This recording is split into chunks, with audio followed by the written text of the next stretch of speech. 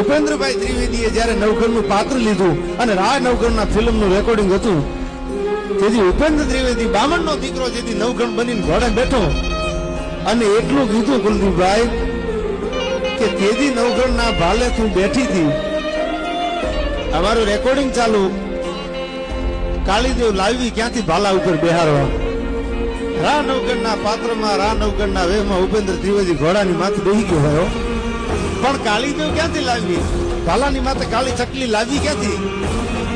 પણ એને મનોમન પ્રાર્થના કરી કે એમાં હું જે પાત્ર લઈને બેઠો છું નવઘણનું પાત્ર, અને તેથી નવઘણ જાહલની વારે જેથી સિંધમાં નીકળ્યો છે, તેથી વરુડી એ પીઠળ તું કાળીદેવ થઈને ભાલાની માથે બેઠી હતી, આજ હું નવઘણ બનીને સિંધમાં જાઉં છું, તું નહીં આવ્યું.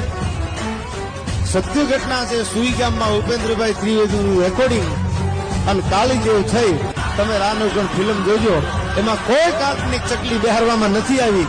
તેથી ભાલાની માથે કાળીદેવ થઈને વરુડી બેઠી હતી કે જા બાપ, તારા મોયલા ડાબે સબસિડિયન વાહે ધૂળની ડમરીયું ઉડે તો માનજો કે હોયા બાટીની પીછળ અને વરુડી હાંકડાની